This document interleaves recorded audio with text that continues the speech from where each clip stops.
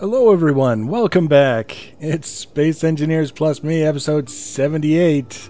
I'm Enigmius, and today it's mostly a hull sculpting recap. We've been very busy trying to finish the hull on the Atlas Mark II and made very good progress. I think we're so close to being done with the hull, in fact, that I think the only thing we have left to do is cover up the machine room. I'm going to take back my crosshairs here just because it's a little bit easier. I'm just going to do a tour around the ship and take a look at what I've done and what it looks like, and then we'll do a little bit of a recap in terms of exactly what we have left to do. By the next episode, we should be landing on the moon. That's the goal, and it probably isn't going to be excessively difficult to reach that goal.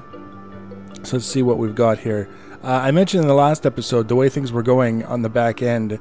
I was a little bit concerned that if I kept going the way I was going, it was just going to be this big flat thing that wasn't very interesting to look at and not really reflecting the amount of time and effort that we put into sculpting the rest of the hull. So I came up with this. Now I'm making heavy use of the interior window design. It's basically, we'll get in real close in case you're not familiar with exactly what I'm talking about. These sort of grates that we're looking at here are supposed to be interior windows.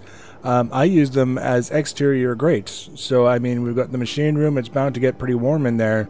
So let's just vent it to open space and keep it nice and cool. The main thing here is that the back end, to me, looks kind of interesting. It's not just this big flat plane going across the back. It's got some things going on. I had two different ideas. One was I was going to put like fins on the back, vertical fins of different sizes, and I had kind of a shape in mind for how they were going to look. And then before I had a chance to sit down and actually start to work on that, I also got this idea of the horizontal sort of thing. If you've seen the back of the Millennium Falcon from Star Wars, that's a pretty good idea of what popped into my mind. Just that whole horizontal sort of opening in the back of the ship. But this is just too large to do one, so I had one that was a little bit on the larger side, and then one above and one below that were a little bit smaller. And then I decided, why not mix the vertical and the horizontal, and this is what I came up with. So I'm happy with it. I'll be definitely keeping that design. And the interesting thing is you can look inside and see the machines, which is kind of cool. I'm going to be tweaking the lighting a little bit though, because it's nice if you can actually look in and see stuff. You don't even have to necessarily be able to make out what you're looking at. You can just see stuff moving in the background when you're sliding around like that. And I want to make sure that no matter where we are and how well it's lit from the outside, from the inside, it's also going to have something to show off. So that's kind of a goal. And I'll come down here, and this area down here was the other thing that I was talking about that needed to be done. And this was building the armor blocks around the conveyor tubes that we had extending from the back to the front, so that we would have linked inventories, and we can do things on the front of the ship based on what's going on in the back of the ship and vice versa. In our case, it'll be primarily being able to do things on the front of the ship without having to go to the back of the ship. So we wanted to make sure that first of all we could do that, and secondly, when we got the conveyor tubes into place, they were just kind of hanging out on their own. Not the best idea, I don't think, to leave it like that. So we built around it. Very simple. I mean, it's the design for building around conveyor tubes doesn't have to be complicated. It just has to cover it up.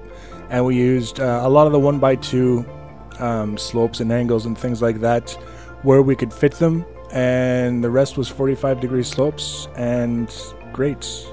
So you can see that yes, there are in fact conveyor tubes inside the larger armor block tube, running the full length of this open area. Now they're kind of rounded. The original design when I put them into place was to have them sort of rounded like this instead of just running straight, in part to make sure that they were never really going to be at risk of being clobbered by the bore head, but also just for the looks of it, having it kind of rounded and a little bit more interesting than straight lines. It seems to have worked out. It kind of gives a bit of a balance to this ship that I found was missing when all we had was this upper circular area that's holding the auto gyro.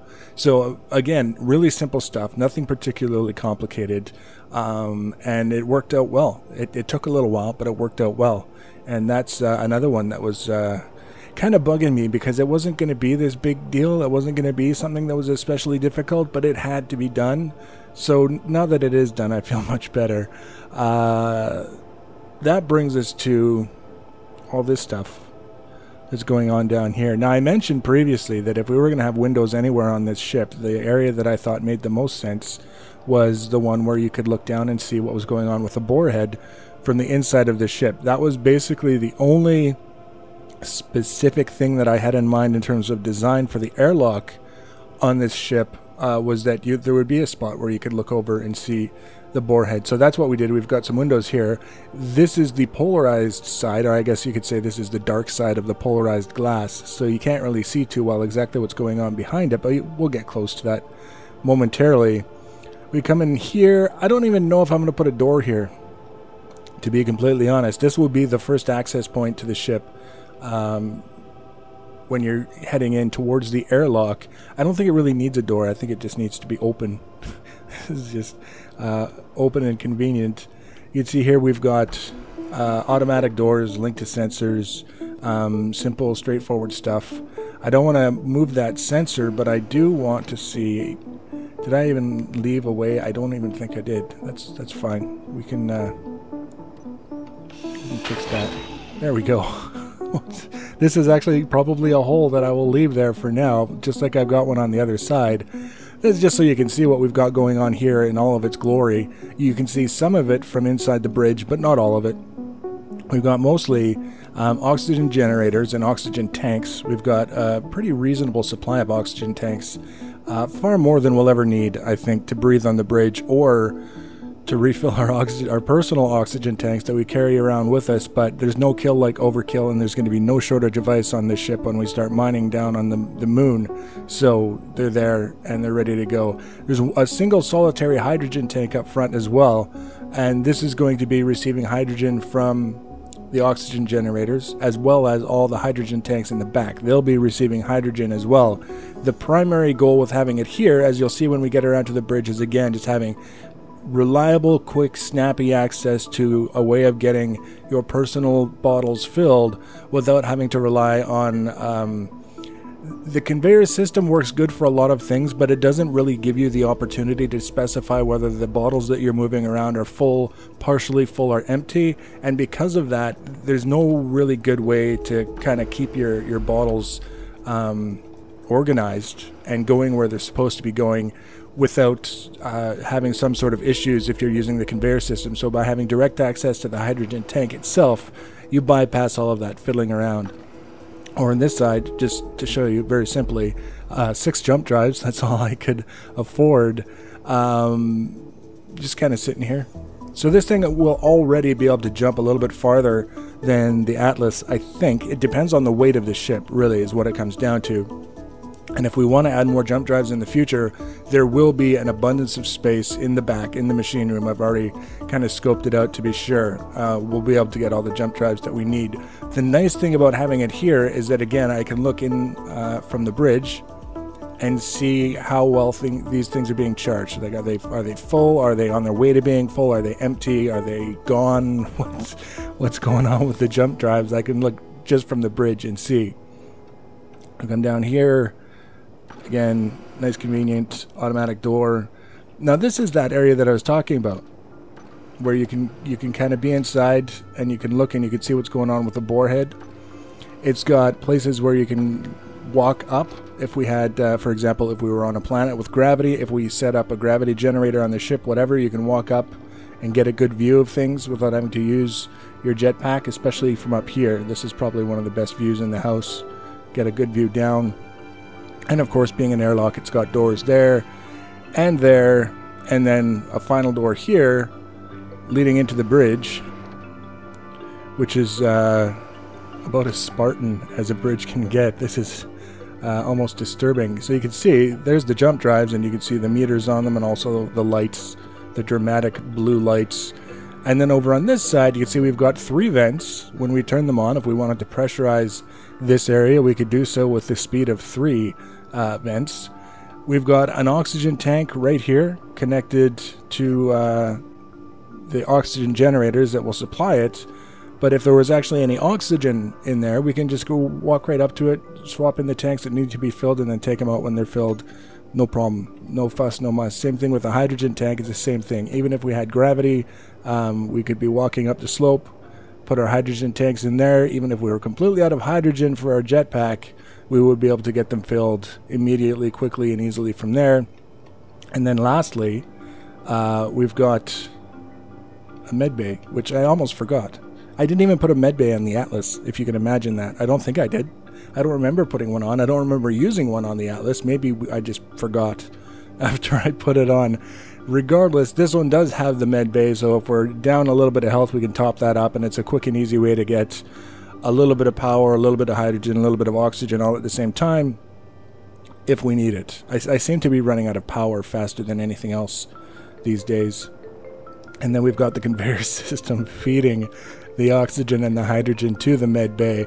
It's not necessarily the best way to set it up, but I had to balance keeping the bridge sealed off from that chamber with the position that we could potentially put conveyors, because that right there is the top of an ion thruster. So we had to go around it. We couldn't go through it like we would if we were just using the armored blocks.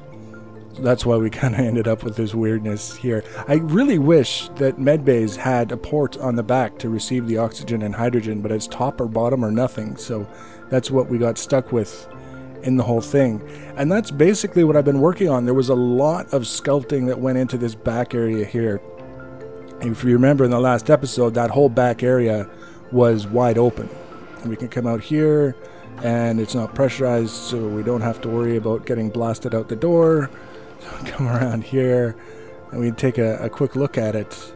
This whole area here was wide open leading to the bridge, so you could see the seat of the bridge and just go in a straight line and get to it.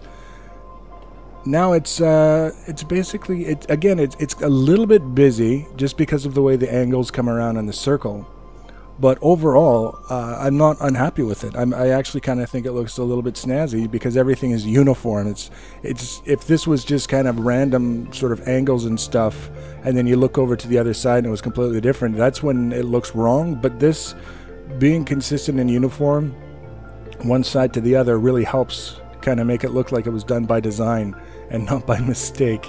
So aesthetically, I'm really quite happy with the way the ship has come together. There's a few things that we need to do still, and we'll come up here and take a look at it. I already mentioned we need to put the cap on the machine room, but I don't want to close it off just yet. I did the beginnings of this sculpting in this area here, this upper area. These top 2 rows or so of blocks are now done, and then we just have to extend backwards from them all the way across. And it's important to remember that this has to be a deck that ships can land on, and I don't want to put myself in a position where I'm just so busy sculpting shapes that are fun that I make it a pain in the ass for some of the larger ships to land on it. Like landing the Spectre Omni on top of the deck of the Atlas. It was a very big ship, and it didn't want to land there. So it was, I wouldn't say it was a horrible mistake on my part, but it was an oversight in not giving myself enough space to land some of the larger ships. And this, I keep mentioning, and it is going to happen. The Spectre Omni is going to get its own Mark II revision, and it's going to be a little bit larger, and we have to keep that in mind when we're designing places where it can land. So we've got that we still have to work on. Additionally, I mentioned in the last episode that we're going to have a system with landing gears, that the landing gears themselves will be set up with sensors so that they can detect the proximity to the ground, and each individual landing gear will be on its own piston with its own sensors, and when the sensors are tripped, it will turn off the piston. So if you imagine you've got the ship hovering as close to level as you can get it over a particular patch of ground, and the ground is uneven, you just hit the button to turn on the pistons, and they all start moving until they're all just above the ground, and then they turn off. You wait until all of the pistons have brought all of the landing gears just above the ground, then you lock the landing gears. When you stop trying to control the ship, when you turn off the engines, it'll stay level the way it was when you were lowering everything. That's the plan anyways, and if that didn't make sense with that explanation, hopefully it will when we test it. It's not going to be a complicated setup. It's not going to be especially difficult. I think the hardest part just looking at things from this point of view, is going to be finding a space for all of them, because I want 4 landing gears for the back end and 4 landing gears for the front. The front will be a lot easier to find space because, as you can see, is just some ion thrusters and that's about it. But we want to make sure that we have enough landing gears to hold the weight of the ship, because as we learned with the Atlas, big fat ships start to do weird things when the systems that you use to hold them steady collapse or go beyond their maximum limit. So that's what we're going to have 8 landing gears and pistons and all those other things, and hopefully that'll be enough. And the whole idea is that we don't want the auto gyro in the middle to ever have to look like that when we're mining. It couldn't look like that. You wouldn't actually be able to get the bore head set up if you were on such an awful angle, but you get the idea. The less the auto gyro has to move in order to help the bore head do what it has to do, the better. So we're going to start off supporting it by getting as close to a balanced level landing as we can. So there's that, the top, the landing gears, and I'm forgetting something. There's a couple more things that we have to do. I think that's it, is just get most of the top on. We'll make sure that we have access. Oh, silly me. Somewhere under here, I want to put an access, call it a hatch, call it a port, that will allow you to get up into the airlock from ground level under the bridge. So that's something, again, really, really simple, straightforward kind of thing. We aren't necessarily worried about trying to save the world. We're just going to make a spot where we can get in there, and if we're out of hydrogen for our jetpack, it's not going to be the end of the world. We're still going to have a viable way to get into the ship to refill that stuff without necessarily putting ports on the outside. So that's what we're going to do. So we're going to have that in place. We're going to have the landing gears on with the sensor systems all set up. We're going to have most of the back closed in, and then we're going to head on to the moon, which is very, very conveniently placed right behind the ship, and see if, first of all, we have enough thrusters to land the ship, and also if the leveling system is going to do what we wanted it to do. From there, all we have to do is finish setting up this inner circle here. This is going to be essentially the gantry that's going to be manipulating the tether that's going to be holding the bore head. I've got a tentative plan for how everything is going to work with that sort of drawn up, which is good to have for a starting point. But it'll be a lot easier to start setting up and testing when we've got even just a little bit of gravity helping us out to test, make sure everything works the way it's supposed to, auto gyros and all that other stuff. So this one went together a lot faster, and of course part of it went together really fast because we were using the Space Master and recovering materials that Clang took from us. But even still, on top of that, with the sculpting and all the other things that we've been doing, our experience with the Atlas has really helped to come up with a faster build and a ship that I actually kind of like the looks of even better than the Atlas, which I was kind of happy with as well. So if you want to be notified of future videos showing all these things as we accomplish them, then the easiest way to do that is to subscribe to my channel or follow me on social media. Links for social media are always in the information box below the video. Feel free to leave your comments and feedback. Thanks for watching, guys, and take care.